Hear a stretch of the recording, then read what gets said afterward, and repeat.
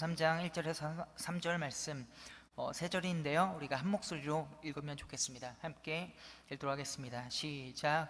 내 형제들아, 너희는 선생된 우리가 더 큰 심판을 받을 줄 알고 선생이 많이 되지 말라. 우리가 다 실수가 많으니 만일 말에 실수가 없는 자라면 곧 온전한 사람이라 능히 온 몸도 굴레 씌우리라. 우리가 말들의 입에 재갈 물리는 것은 우리에게 순종하게 하려고 그 온몸을 제어하는 것이라. 아멘.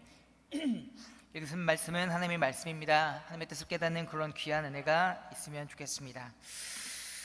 귀한 예물 올려드렸습니다. 11조 감사 예물, 1,000번지의 소원헌금 하나님께서 100배로 채워주실 줄로 믿습니다.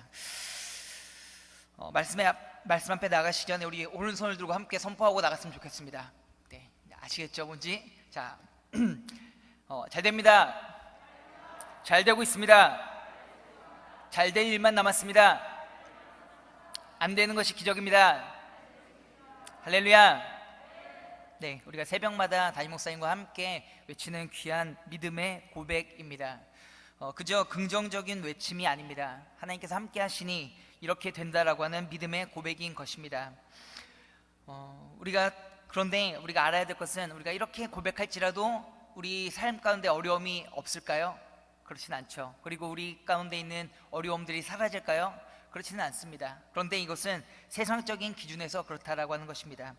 우리가 드려진 이 고백을 통해 우리가 얻게 되는 것, 그것은 다시 한번 하나님이 우리와 함께 하시니 우리들의 모든 삶은 하나님의 축복된 삶이며 우리의 모든 삶에서 하나님께서 계획하신 선하신 계획이 아름답게 이루어지고 아름답게 열매를 맺는다라고 하는 것을 가르쳐주는 것입니다. 상황과 환경이 아니라 하나님을 바라보고 하나님의 계획과 인도하심을 믿고 나아간다라고 하는 그런 믿음의 고백인 것입니다. 이 믿음의 고백, 우리가 선포하는 이 고백이 굉장히 중요합니다. 왜냐하면 말이라고 하는 것의 그 의미 때문입니다. 말이라고 하는 것은 굉장히 중요한데요. 왜냐하면 우리 안에 있는 것을 우리가 말로써 표현하고 드러내기 때문에 중요합니다. 그래서 우리가 어떠한 상태에 있는지 우리들의 말을 통해서 우리가 그것을 가늠할 수가 있게 되는 것입니다.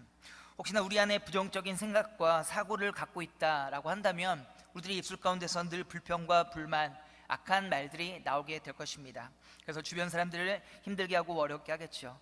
그러나 반대로 믿음이 있고 긍정적인 사고를 가진 사람은 긍정적인 말, 믿음의 고백을 합니다. 그러므로 함께 서로를 격려하고 위로하고 힘을 내도록 만든다라고 하는 것입니다. 또한 믿음의 말, 긍정적인 말이 중요한 이유가 있습니다. 믿음의 고백이 우리 안에 있는 부정적인 것들을 물리치게 되어집니다. 그래서 하나님이 기뻐하시는 온전한 마음으로 변화되어져 가는 그런 능력이 있습니다. 그럼 우리는 의지적으로라도 이렇게 믿음의 말, 긍정의 말을 선포하며 나아가야 된다라고 하는 것입니다. 시편 19편 14절을 보니까 이렇게 되어져 있습니다. 시편 19편 14절 말씀입니다. 제가 읽겠습니다. 나의 반석이시오 나의 구속자이신 여호와여, 내 입의 말과 마음의 묵상이 주 앞에 연락되기를 원하나이다. 우리의 고백은 하나님이 다 들으시는 줄로 믿습니다. 또한 우리 고백의 그 말뿐만 아니라 그 말을 하는 우리들의 마음까지도 하나님이 아시는 줄로 믿습니다.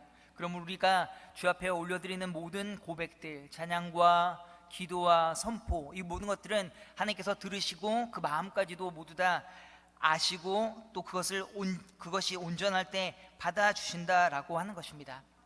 우리는 이런 의미로 작년에 의지적으로 함께 고백했던 것이 있습니다. 무엇일까요? 바로 감고미사축이었습니다. 감사합니다, 고맙습니다, 미안합니다, 사랑합니다, 축복합니다. 이 고백을 통해서 우리가 코로나로 말미암아 어려워진 그 상황 속에서 우리가 문제와 어려움 가운데 파묻히지 말고 오직 하나님께서 함께 하심을 기대하며 우리의 말을 바꿈으로 우리들의 마음 역시 새롭게 되어지기를 원해서 우리가 그런 귀한 행사를 했습니다. 우리 성도님들 지금도 잘하고 계신가요?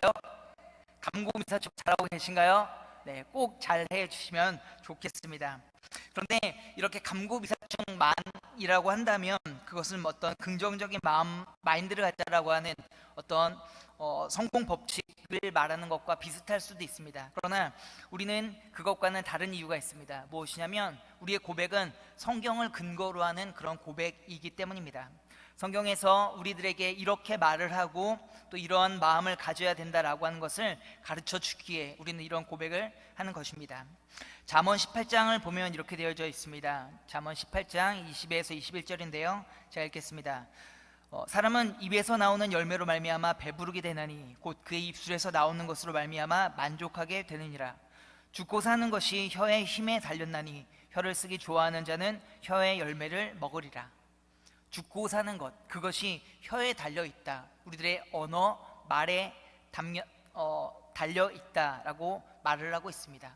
또한 로마서 10장을 보면 이렇게 되어져 있습니다. 로마서 10장 10절과 13절인데요. 제가 읽도록 하겠습니다. 10절입니다. 사람이 마음으로 믿어 의에 이르고 입으로 시인하여 구원에 이르느니라. 또 13절입니다. 누구든지 주의 이름을 부르는 자는 구원을 받으리라.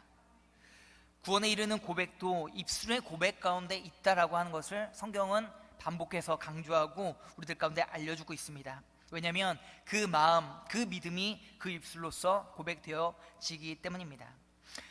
오늘 우리가 읽었었던 야고보서 본문은 이러한 성도의 바른 언어 생활이 어떠한 것인가를 구체적으로 보다 새롭게 우리들에게 가르쳐주고 있습니다. 우리가 말씀을 통해서 우리들 가운데 있는 삶에서 부정적인 말이나 마음을 버리고 오직 하나님께서 기뻐하시는 믿음의 고백을 드림으로 말미암아 우리의 마음과 생각까지 온전해지는 그런 귀한 은혜가 우리 성도님들 가운데 있기를 소망합니다. 오늘 본문 1절 말씀을 보니까 말을 조심해야 되는 대상에 대해서 가르쳐주고 있습니다.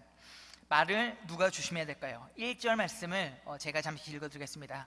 내 형제들아 너희는 선생된 우리가 더 큰 심판을 받을 줄 알고 선생이 많이 되지 말라라고 말하고 있습니다.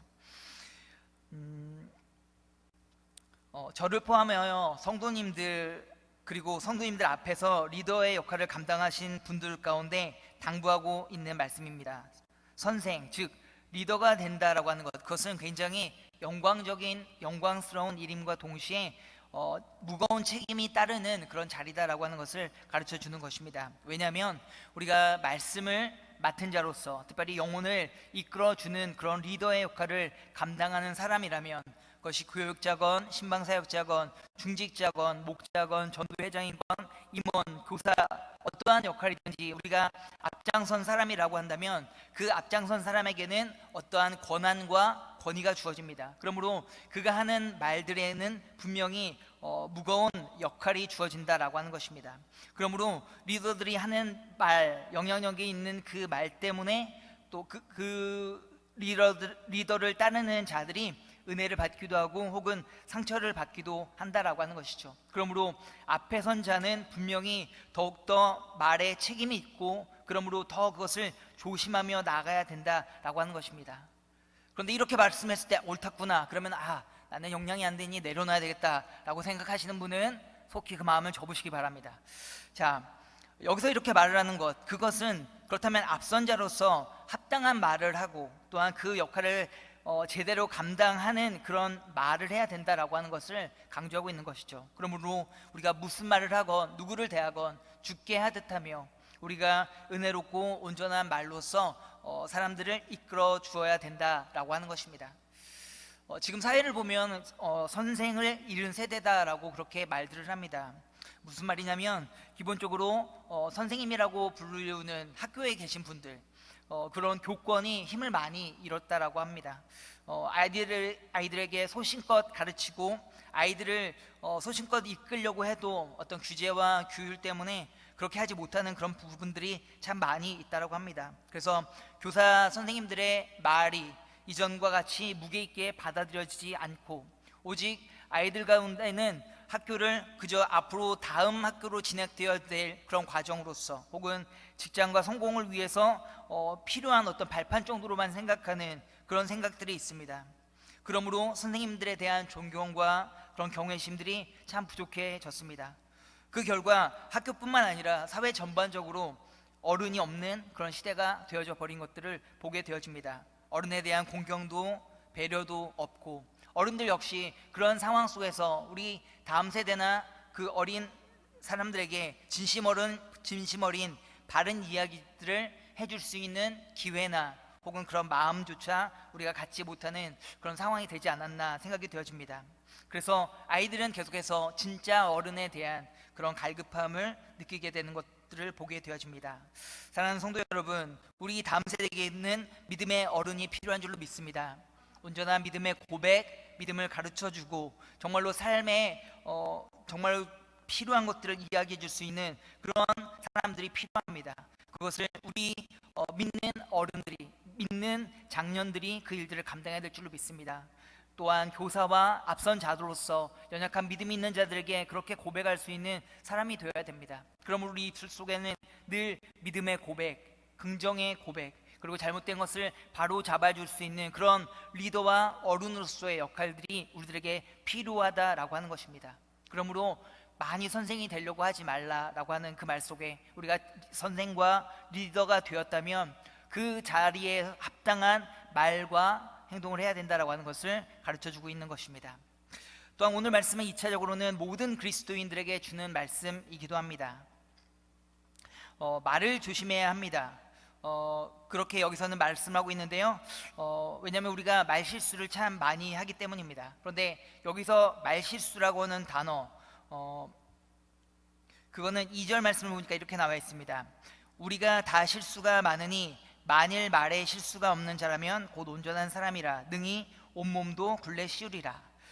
성경은 분명히 우리가 말실수를 많이 한다라고 이야기하고 있습니다. 우리 성도님들 말실수 많이 하십니까? 보통 우리가 이런 말실수 많이 하죠. 치즈 위에 피자가 좀 많이 올라가면 좋겠다. 무슨 말씀인지 이해되신가요? 네, 치즈 위에 피자가 많이 올라가면 좋겠다. 이미 무슨 말씀인지는 알겠죠. 네, 어쨌든 이런 말실수를 말하는 것은 아닙니다. 여기서 말에 실수가 많다라고 하는 것, 그것은 말실수라고 하는 것을 원어로 살펴보자면 걸려서 비틀거리다, 걸려서 넘어지다, 잘못하다, 즉 죄를 짓다라고 하는 것을 말하고 있습니다. 말에 실수가 많다, 말로 죄를 짓는다라고 하는 것을 말하고 있습니다. 특별히 야고보 사도는 이 말을 할 때 그 1인칭 용어로서 쓰는데 1인칭 복수형으로 썼다고 합니다. 즉 본인뿐만 아니라 모든 사람들이 이렇게 말실수, 말로 죄를 많이 짓는다라고 말하고 있습니다. 그러므로 말실수를 하지 않는 사람이 많이 없는데 만약 말실수를 하지 않는 사람이 있다면 그는 온전한 사람이다 라고서 말을 하고 있습니다. 왜냐하면 말이라고 하는 것, 그것은 굉장히 작은 신체 가운데서 나오는 것이지만 스스로 컨트롤하기가 어렵고 반대로 그것을 통해서 엄청난 영향을 주기 때문에 굉장히 주의해야 되고 특별히 실수가 참 많은 것이 사실이다라고 하는 것을 가르쳐주고 있습니다. 그래서 오늘 본문을 보니까 말 혹은 혀라고 하는 것은 짐승을 제어하기 위해서 입에 물리는 재갈과 같다라고 말하고 있습니다. 재갈을 통해 짐승을 주인이 원하는 대로 이끄는 것처럼 인생을 이끌어가는 힘이 말에 있다라고 하는 것이죠. 또한 배를 움직이는 키와 같다라고 말하고 있습니다. 커다란 배를 원하는 방향으로 움직일 수 있는 것은 작은 키에 달려 있습니다. 지금으로 말하자면 자동차의 핸들과 같은 역할이겠죠. 그런데 그 말로 인하여 인생이 바뀔 수도 있다라고 하는 것을 말하는 것입니다. 또한 말은 불과 같아서 그 시작은 굉장히 작아도 그 결과는 무서운 결과를 만들 수도 있다라고 하는 것을 말하고 있습니다. 얼마 전 강원도에 큰 산불이 일어났습니다. 그래서 오늘 우리들도 그 분들을 도와주기 위해서 헌금을 하며 그분을 위해서 함께 기도하는 그런 귀한 시간도 가졌습니다. 그만큼 불이라고 하는 것은 큰 혹은 안타까운 이런 결과를 낳기도 합니다. 또한 2019년 6월에 발생한 호주에서 그런 불이 있었습니다. 호주 전역에 불이 났었고요. 그래서 18,626만 헥타르라고 하는 엄청난 땅을 태웠었고 5,900채 이상의 건물이 파괴되었고 29명 이상이 사망했으며 10억 마리 정도의 동물들이 사망했고 일부는 멸종위기 동물이 되었다라고 합니다. 산림뿐만 아니라 수많은 동물도 이렇게 엄청난 피해를 입었는데요. 특히 호주의 대표적인 동물인 코알라의 경우 불을 피하지 못해 엄청난 수가 타 죽었다라고 하는 것들은 우리가 뉴스와 사진들을 통해서 접했을 거라고 생각합니다. 처음에는 작은 불이었지만 그것이 걷잡아질 수 없게 커져버리자 온 나라를 그렇게 삼켜버렸다라고 하는 것입니다. 말이라고 하는 것, 이것이 그만큼 중요하다라고 하는 것입니다. 말이 씨가 된다라고 하는 말이 있습니다. 왜냐하면 말에는 능력이 있기 때문입니다. 우리가 말이라고 하는 것, 그것은 아무것도 아닌 것이 아니라 우리가 고백하고 우리가 드리는 그 말 속에는 분명한 능력이 있다라고 하는 것입니다. 다른 것은 다 차치하고서 하나님께서 말에 얼마나 큰 능력이 있는가를 가장 잘 보여주셨다라고 생각합니다. 천지창조는 어떻게 이루어졌습니까? 바로 하나님의 말씀으로 이루어졌습니다. 요한복음 1장을 보면 예수님을 어떻게 설명하고 있냐면요, 태초부터 존재하시는 분이 계신데 그분은 말씀이시다, 바로 예수 그리스도께서 말씀이시다라고 표현하고 있습니다. 태초부터 함께 하셨고 천지창조를 이루신 분이다라고 하는 의미로서 예수님을 말씀으로 가르쳐 주고 있습니다. 또한 마태복음 16장 16절을 보면 이렇게 시몬 베드로가 고백을 합니다. 주는 그리스도시요 살아계신 하나님의 아들이시니이다. 그렇게 고백했을 때 예수님께서 이렇게 축복하십니다. 19절 말씀입니다. 내가 천국 열쇠를 내게 주리니 내가 땅에서 무엇이든지 매면 하늘에서도 매일 것이요 내가 땅에서 무엇이든지 풀면 하늘에서도 풀리리라. 온전한 믿음의 고백을 할 때 엄청난 축복이 있을 것이다 라고 하는 것을 예수님께서 베드로를 통해서 분명히 가르쳐주고 계십니다. 왜냐하면 우리들의 입술에는 그만큼의 능력이 있기 때문입니다. 사랑하는 성도 여러분, 평소에 어떤 말을 자주 사용하십니까? 지금 내가 반복해서 사용하는 단어는 어떤 것입니까? 그 안에 나의 믿음과 지금 나의 마음이 담겨져 있다라고 생각하시면 좋을 것 같습니다. 지금 많은 상황 속에서 우리는 힘들다, 어렵다, 고통스럽다라고 하는 그런 단어들을 좀 많이 사용할 것 같습니다. 그런데 우리들의 입술에서 이런 말들이 계속해서 반복되어질 때 우리는 분명히 그 문제에 매몰돼 버릴 수밖에 없을 거라고 생각합니다. 이런 말들이 반복되어질 때 우리는 더욱더 절망의 수렁으로 끌려 내려가게 되어버리고 말 것입니다. 그럼 우리는 이러한 부정적인 말들을 버리고 오직 주께서 기뻐하시는 그 능력의 말씀, 축복의 말씀들을 선포하며 나가는 우리 성도님들이 되셨으면 좋겠습니다. 우리가 흔히 쓰는 말들 중에 이 표현이 있죠. 죽겠다, 배불러 죽겠다, 배고파, 졸려, 좋아, 싫어, 네, 여러 가지 해서 죽겠다라고 하는 표현을 다양하게 쓰는데 많이 들어보셨을 것입니다. 우리는 죽겠다라는 표현보다 이 표현을 어떻게 바꿔야 될까요? 죽게 있네. 따라해 보겠습니다. 죽게 있네. 네, 어감이 조금 다르지만 너무나도 그 의미가 달라지죠. 우리에게 좋은 것 주셨음에 우리가 배부른 것도 주님께서 주신 것이고 우리가 기쁜 것도 주님께서 주신 것이고 슬프고 아픈 것도 주님께서 그것을 통해서 역사하실 것을 믿기에 주님께서 주신 줄로 믿는 그런 믿음의 고백이 우리들 가운데 있어야 될 줄로 믿습니다. 그리고 혹시 자녀들 그리고 우리 가족들에게는 어떻게 말씀을 하시나요? 편하고 너무나도 함께 있는 가족이기에 너무나도 편한 그런 말들을 많이 사용하시진 않습니까? 너 때문에 못 살아, 이 말 한 번도 안 써보신 분 계신가요? 우리 자주 쓸 수 있고 많이 썼었던 걸 텐데 혹시나 부끄러워서 못 들으셨을 수도 있으니까 어쨌든 그런 말씀 안 쓰셨다면 너무나 잘하셨습니다. 또 옛날 어른들이 잘못한 자식에게 꾸중을 할 때, 아주 심하게 꾸중할 때 이렇게 하셨죠. 나가 디귿이 뭔지는 아시겠죠? 참 이런 말은 요즘에는 많이는 안 하는 것 같습니다. 그런데 이런 저주가 세상에 어디 있겠습니까? 자녀에게 혹은 가족들에게. 그렇지 않아도 지금 많이 힘들고 어려운 세상을 우리는 살아가고 있습니다. 분명히 우리들보다 우리 자녀 세대가, 다음 세대가 더 힘든 시대를 살아가는 것은 너무나도 분명합니다. 그럼 우리는 우리들부터가 우리 다음 세대, 우리 자녀들을 축복해 줘야 될 줄 믿습니다. 너 때문에 살겠어 고백하시기 바랍니다. 네가 어디 가든 복받을 녀석 축복해 주시기 바랍니다. 그래서 힘들고 어려운 상황 속에 있지만 그럼에도 불구하고 우리 자녀가 축복을 받는 길은 우리의 입술로서 우리 자녀들을 다음 세대를 축복할 때 그들에게 축복이 임하는 줄로 믿습니다. 또한 우리의 그런 고백을 통해서 우리 자녀들의 말 역시 변화되어지는 줄 믿습니다. 그럼 우리가 우리의 입술의 고백을 하나님께서 기뻐하시는 믿음의 고백으로 나아가시는 우리 성도님들 됐으면 좋겠습니다. 하나님께 인정받았었던 다윗, 그는 하나님 앞에 이렇게 고백했습니다. 주님, 나는 이렇게 좋은 곳에 거하는데 주의 지성소가 그런 주님께서 계신 곳은 저런 천막에 있음이 참 마음 아픕니다. 내가 주를 위하여 성전을 지어 드리겠습니다 라는 믿음의 고백을 다윗이 했습니다. 하나님은 그 믿음의 고백을 너무나도 기쁘게 받으셨습니다. 하지만 그 손에 피를 너무 많이 묻혔기에 그것을 허락하지는 않았습니다. 그럼에도 불구하고 그런 믿음의 고백을 하는 다윗을 향해서 하나님은 무엇이라 말씀하십니까? 내 마음에 합한 자라. 그런 믿음의 고백, 선포하고 선언하며 나아가는 그런 믿음의 고백을 하나님께서 너무나도 기뻐하신다라고 하는 것입니다. 특별히 우리들의 말을 조심해야 되는 것, 그것은 11절 말씀을 보면 알 수 있습니다. 오늘 본문 11절인데요, 샘이 한 구멍으로 어찌 단물과 쓴물을 내겠느냐. 설교 초반에도 말씀드렸듯이 우리들의 말은 우리 안에 있는 것을 드러내는 것입니다.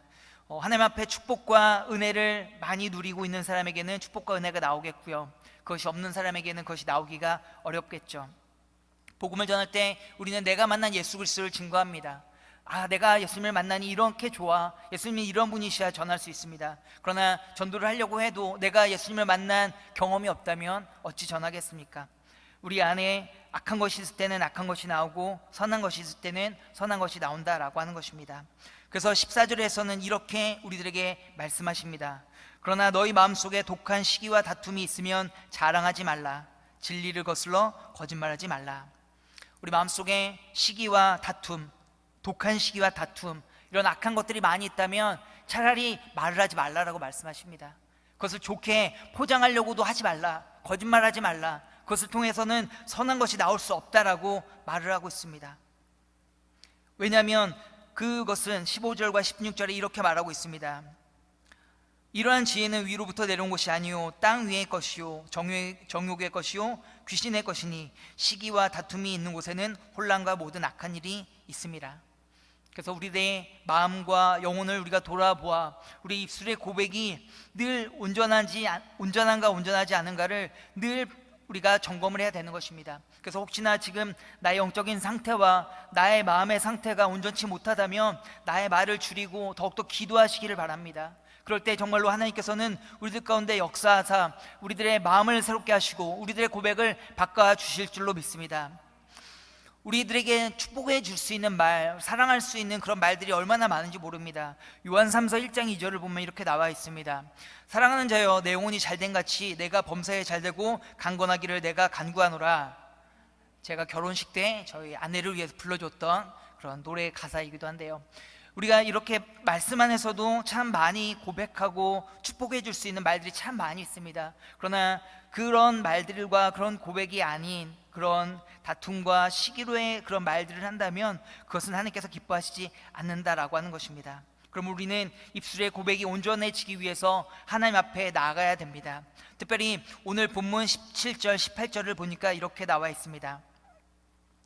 오직 위로부터 난 지혜는 첫째 성결하고 다음에 화평하고 관용하고 양순하며 긍휼과 선한 열매가 가득하고 편견과 거짓이 없나니 화평하게 하는 자들은 화평으로 심어 의의 열매를 거두느니라.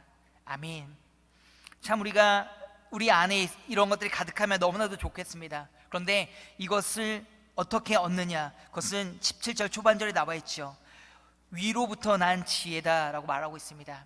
하나님, 우리가 정말로 성결하기 원하고 화평하기 원하고 거짓이 없이 긍휼과 선한 열매가 가득하고 하나님 편견과 거짓이 없기를 원합니다. 하나님, 이것들을 채워 주시옵소서. 하나님 앞에 아뢰고 고백할 때 하나님께서 그것들을 채워 주신다라고 하는 것입니다.